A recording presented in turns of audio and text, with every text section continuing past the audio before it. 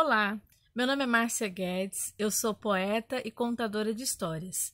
Eu vou narrar para vocês a história As Orelhas do Rei Midas, que está no livro A Grécia, Mitos e Lendas, da editora Ática. Em Bromionte, na Macedônia, bem no norte da Grécia, vivia em paz o rei Midas, um soberano ávido de prazeres refinados e de todo tipo de riqueza. Gostava especialmente de percorrer as alamedas do imenso e maravilhoso jardim que margeava seu suntuoso palácio. Nesse jardim, o que o rei mais apreciava era aspirar o perfume das rosas cultivadas para ele. Um dia, quando os jardineiros estavam guardando as ferramentas, um deles ouviu um barulho estranho, que vinha de uma moita. Fez sinal aos companheiros para que se calassem, e todos ouviram um ruído surdo e irregular, às vezes interrompido por resmungos. Aproximando-se com cuidado, os jardineiros descobriram um ser estranho, encolhido no chão. Tinha corpo de homem e pés de bode. Era um sátiro que, quase morto, tanto vinho estava deixando a bebedeira passar. Agarraram a estranha criatura e levaram-na ao rei. Ainda cambaleando e falando com voz pastosa, o sátiro declarou a Midas que se chamava Sileno e que era companheiro e amigo de Dionísio, o deus das uvas e do vinho. Ao conhecer a identidade de seu visitante, Midas mandou soltá-lo e, depois que Sileno descansou e comeu, foi levá-lo a Dionísio. A alegria do deus ao reencontrar Sileno foi enorme. Mandou abrir vários barris de vinho e deu uma festa ao som de flautas e pandeiros.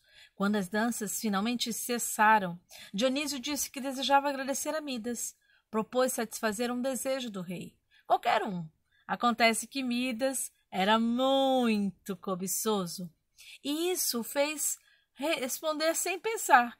Meu maior desejo no mundo é que tudo em que eu toque se transforme em ouro. O deus achou bem maluca a ideia, mas já que tinha prometido, concordou e proporcionou o dom que Midas acabara de pedir. Assim que ficou sozinho em seus aposentos, o monarca começou a experimentar seus novos poderes. Tocou uma mesa e foi um deslumbramento. O móvel de simples madeira se transformou em um ouro maciço. Aconteceu mesmo com uma taça de estanho e uma espada de bronze. Maravilhado, Midas ficou frenético, saiu tocando tudo que estava a seu alcance. Em pouco tempo, tudo no palácio tinha virado ouro maciço. Tudo quanto era enfeite, móvel, as próprias colunas do prédio, as árvores do jardim, ouro puro, brilhante, cintilante. De longe, dava para ver o brilho do palácio de ouro de Midas, faiscando sob os raios do sol poente. No entanto, o rei percebeu que a noite se aproximava. Ele estava com fome, chamou os escravos e mandou servir o jantar. Sendo imediatamente obedecido, faminto, Midas jogou-se sobre os pratos deliciosos que lhe traziam. Mas as carnes douradas, as frutas suculentas, os queijos que iria levar à boca, tudo se transformava em ouro no instante que ele os tocava. Inquieto e desapontado em sua guludice, fez outra tentativa. Aconteceu o mesmo. Chamou os empregados, mas todos se afastavam dele, querendo ficar bem longe de um homem que tinha um poder tão terrível.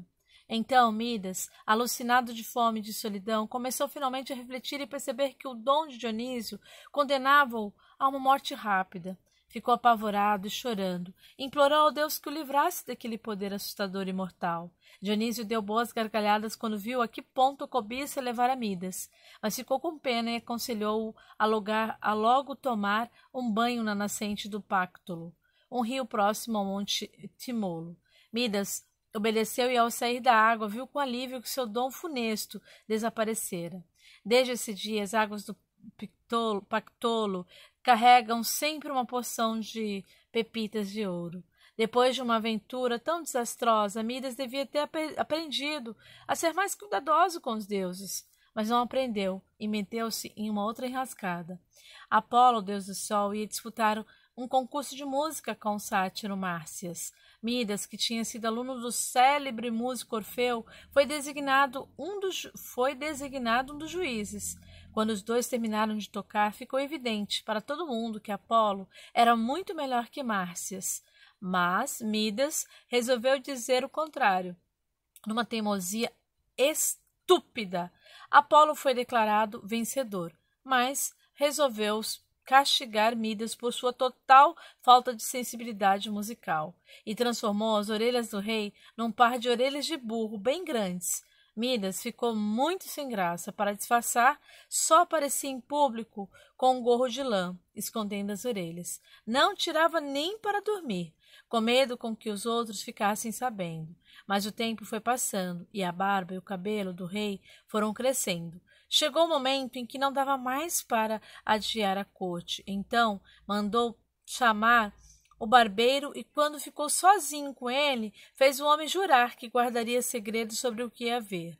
O barbeiro levou o maior susto quando viu as peludas e imensas orelhas do rei, mas não disse nada, fez direitinho o seu trabalho e foi-se embora do palácio o mais depressa que pôde. Depois, porém, foi ficando difícil para o barbeiro guardar um segredo tão grande, apesar de ter dado a sua palavra e de temer a cólera do rei. No fim, quando já não aguentava mais, teve uma ideia.